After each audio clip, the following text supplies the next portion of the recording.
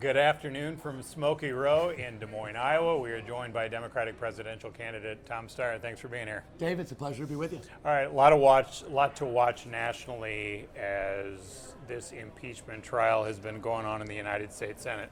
We turn back the clock probably almost 2 years. Over 2 years. And Iowans were probably first aware of you, frankly, a lot of them at least, by the commercials you were running about the need to impeach Donald Trump. Back then, a lot of the conversation was Russia. Now it has to do with Ukraine. How do you view what's happened since? Look, when I started the Need to Impeach movement in October of 2017, we had the most corrupt president at that point in American history. He was corrupt and he obstructed justice almost from his very first day in office. And what we've seen is a continuation of that behavior right up to and including the incident around the Ukraine. But my point about need to impeach was to try and raise the voice of the American people. 8.5 million Americans signed that petition, but more than that, they called their congresspeople, they emailed their congresspeople, they wrote their congresspeople saying, hold the president to account the way you hold every other American to account under the law. And I really believe those 8.5 million people pulled Washington, D.C. into thinking about this as right and wrong, not just a question of politics or partisanship, that this was patriotism, standing up for America in the most straightforward way and demanding that everybody live under the same law. I think you have a lot of people, and I'm sure you've heard from them, who are frankly exhausted with the day-to-day, the news cycle, the administration, the coverage of the administration, the criticism of it, whatever it is. They're just thinking, enough, enough, enough, enough. What do you say to people who just kind of tune all this stuff out? Well, let me say this. This is not my campaign for presidency. We're talking here about impeachment. And I don't know if you know this, Dave, but my dad was a naval officer in World War II, and he'd already been a lawyer. He left the law to go into the Navy. And so he was assigned to be the assistant to the chief prosecutor of the Nazi war criminals after the war at the Nuremberg trials. And what he said to me and to my two brothers growing up is, if you see something that's really wrong in the United States of America, make sure you fight it. Because if you don't, if no one stands up, then wrong can really flourish. And it happened in Germany, and he saw it after the war of what had really happened. So from my standpoint, I know people are tired of it. We're all tired of it. We all wish it had never happened. But that doesn't mean we can hide our head in the sand. Really, the question here is, are we going to have a system that treats every American under the same law? Or are we going to do what's right? And the more time I've spent organizing politically, and the more time I've spent traveling around this country and traveling around specifically the state of Iowa, I've come to the conclusion that the only thing that really matters in the U.S.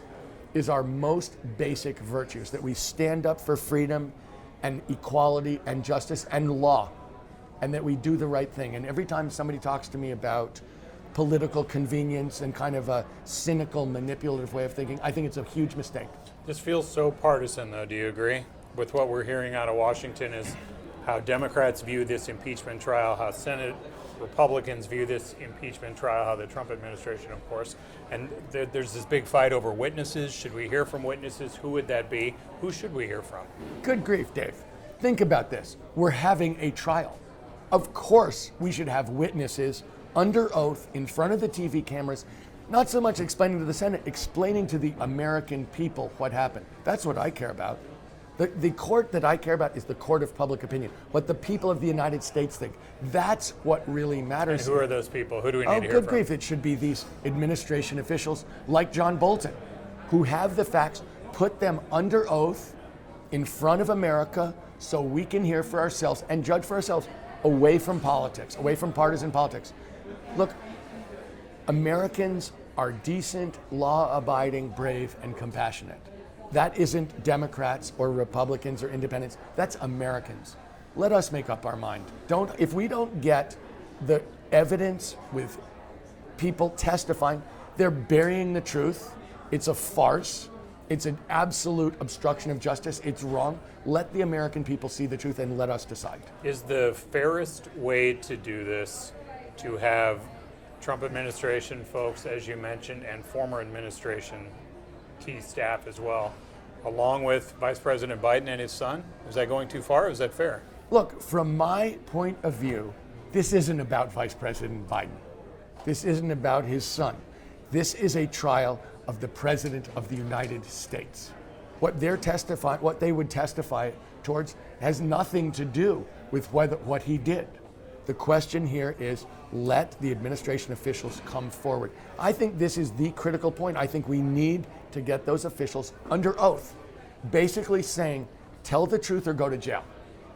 Now tell the American people what happened and let us make up our mind. And I think to show what a small world Iowa is right now, that's filmmaker Michael Moore, who's sort of over our shoulders, who I think you know. Yeah, of course. Michael's a friend. Yeah, I thought so. He's campaigning around for Bernie Sanders. All right, let's talk about your campaign specifically. And I'm curious, you come here with a heavy, long-time business background, and I'm curious, what have you found has resonated more with Iowans so far? Your early talk about impeaching this president, or is it you have some of your later ads have focused on the economy and what you would bring to that argument? Which one connects? Well, let me say this. The reason my business background is so relevant is that we all know that Mr. Trump is running on the economy. I mean, if you listen to him, he says it all the time. He says the reason you have to reelect me is the Democrats don't know anything about economics and they'll destroy the economy in 15 minutes. That's pretty close to a quote. Obviously, that's not true of me. I built a business from scratch over 30 years. I know exactly what creates prosperity, what makes countries succeed, and how to share the wealth much more fairly than is happening right now. But more than that, I can show that Mr. Trump is a fake. He was a fake businessman and a failed businessman, and he is a terrible steward of America's economy for the American people. And I think what Iowans are hearing and what people, I think, across these 4 early primary states is hearing is, look, here's a guy who has the business acumen to take this guy on the stage and expose him as a fake. And we're going to have to beat Mr. Trump in the fall. So whoever the Democrat is going to have to be able to not just beat him, but beat him on the economy where he claims to be strong, but is actually a fake. And that's where I come in. We've been following 9 Iowans for the past 3 months. They all come into this process committed to vote for a Democrat in the caucuses, but totally undecided. And some of them, even as we sit here, still have 4 people on their short list. Now, I will say... That's not a short list, by the way, Dave. Well, considering there were 24 of you starting, they probably think they whittled it down pretty fine. One of the 9 so far has already publicly declared that he will support you on caucus night. So you still have to work on those other 8. But to your point about the economy, that was one of the issues that they brought up that frankly concerns them when it comes to that November matchup. And defeating President Trump, which they have said to them is more important than any of the issues that we may talk about here. But their concern is, how do you beat him? So they've really struggled with picking the right candidate, right? But they see that the economy could be a weakness for your side and a strong positive for the president. How would you respond to that? I'd say Mr. Trump may be able to get away with that when he's talking to career politicians. He cannot get away with that when he's talking to somebody like me, whose experience and expertise are at some level. I spent decades figuring out what creates prosperity. But he is a fake. But they're saying when you're talking to everybody, not just I understand, but that's my point is I want to take on Mr. Trump to show the world, not to show Democrats, to show Democrats and Republicans and independents. He's a fake. He's doing a terrible job for the economy and the people of the United States. He uses statistics. I would just say to you, Dave, he says the economy's grown. It's true. All the money's gone to the rich people. Is it a success if the economy grows, but 90% of the people don't share in the growth? We have a low unemployment rate. He talks about it all the time. Is it a success if you have a low unemployment rate, but you can't afford to live on the jobs that this economy produces? Is that your idea of a success? Here's a guy who is taking away government investment in the American people. He's taking it away in terms of education. He tries to take it away in terms of healthcare.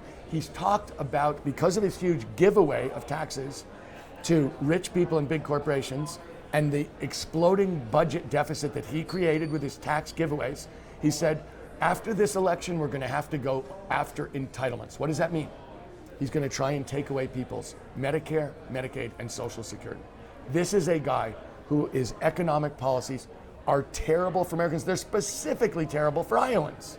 You know, if you look at his trade war, if you look at the waivers he's given to oil refineries in terms of biofuels, and ethanol. This is a guy who's been terrible to the people of the country and especially terrible to Iowans. And somebody has to take him on and say that, not let him get away with bragging falsely and telling lies, to actually get down to brass tacks and say, you know, as a matter of fact, what you're saying is a bunch of hooey. Does the socialist economic message defeat him in the fall? Look, let me say this. There are a lot of things you can say about me, but as somebody who built a business over 3 decades and worked in the private sector, you can never call me a socialist. And obviously I wasn't saying. No, but I understand that, but I'm just saying, that's what he's gonna try and say, Dave. You know that. He's gonna say, you may not like me, but you have to vote for me because Democrats are a bunch of socialists who don't understand growth and prosperity. I definitely understand growth and prosperity. I am definitely someone who knows we need a vibrant, competitive, innovative private sector. I also know that corporations have bought this government, have taken it over, and have been writing the rules for themselves, and that's not okay. What worked for you? You amassed great wealth starting from very little, right? You didn't inherit a ton of money and Zero. work your way. I didn't inherit a dime, not a ton of money, not a dime. So how did you get to where you are, where we look at that growing wealth inequality for a lot of people? Why were you able to succeed? Why are so many not? Look, I started a successful business, and I started it from scratch. But let me say this too, Dave. I took the giving pledge to give the bulk of my money away to good causes while I'm alive. You know, I believe that this income inequality is unbearable in the United States. It's unjust, unsupportable, really un-American. And the wealth inequality is worse. So if you look at what I've proposed, I've talked about taking back all the tax giveaways, income tax giveaways to rich people and big corporations. I proposed a wealth tax almost a year and a half ago. Long before I was running for president, I realized we need to tax wealth to make things fairer.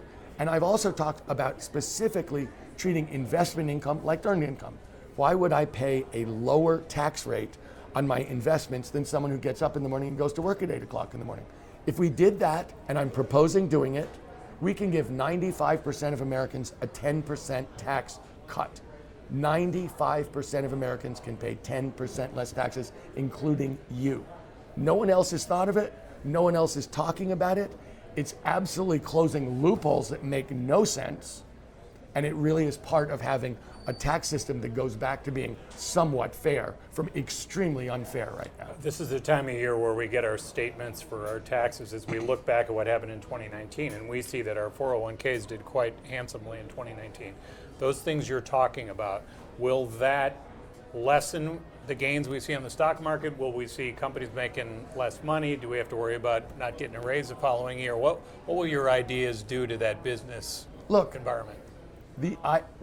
What Mr. Trump is doing for the long-term growth and prosperity of this country and of the people of this country is horrible. This is a guy who does not understand that the way that a country grows is broad-based and together. A banana republic is not the country that the United States was ever set out to be, that no banana republic ever succeeds. It's short-term, if you'll excuse my saying so, extremely incompetent thinking. The issue with this president, everybody knows he's not a good person. For goodness sakes, we know that. We know that this guy is a racist. We all know that. The issue here is he's incompetent. He is really bad at his job. He's good at bragging about his job. He's just bad at doing his job. And that's the point that Americans will not put up with. Since this is a job interview in front of these 3.1 million Iowans and beyond here as we talk to you today, okay, look at yourself versus the rest of your field. What's the thing you think pushes you above the rest? You don't typically stand up and complain about rip on the other candidates. It's not really been your style. Look, I think there's, let me say. The president may be a slightly different way, but not the other Democrats. Let me say three things I'm very different. One, I've spent 10 years organizing coalitions of Americans to take on unchecked corporate power as an outsider. And for 10 years, we've never lost. We have beaten oil companies when they tried to repeal clean energy laws. We've beaten tobacco companies and made them pay their share of health costs. We've beaten utilities and drug companies. We've never lost. As an outsider, if you believe this government is broken and owned by corporations, as an outsider, I have proved I can beat them, and I'm the person who's in favor of structural reform like term limits of 12 years for Congress people and senators. That's one. If you think the government's owned by corporations, and that's my basic thesis, then who's going to change it? An outsider or a career politician from inside the Beltway? Two, I'm the only person in this race who will say that climate's my number one priority. I'll do it from the standpoint of environmental justice, the communities where you can't breathe or drink the tap water without getting sick, predominantly black and brown communities, but also rural communities here in Iowa. And we'll do it creating over 4.5 million union jobs as we rebuild this country. Biggest union jobs program in American history. And three, I can win. I can beat this guy. He's going to run on the economy. I know 10 times more about the economy than he does. As somebody who built a successful private business over years, multi-billion-dollar international, I can go toe-to-toe on the economy with this guy in a way that a professional politician can't. That's my expertise. I have the experience to do it, and I want to do it. Since you've started campaigning, can you think of an issue or a topic where you've met someone and that person has successfully changed your mind? Absolutely. I'll give you an example. I was here in Iowa and talking about campaign finance reform. And the traditional campaign finance reform is to say that the government will match 6 times every campaign donation up to $200. So if you get a lot of people to give you $200, then you can raise enough money and run your campaign. And what someone said to me, Tom, that's not great because a lot of people don't have $200. If you want real campaign finance reform, let people have up to $200 worth of vouchers that can only be used in a campaign, but everybody gets it, and that means a much broader group of people and a much broader base in terms of equality of and no other money goes into And I this, thought, right? you know something? You're right. I had not thought of it, and that happens to me. Look, that's why I love talking to people around America. When people say, is campaigning grueling? I'm like, no, I love it.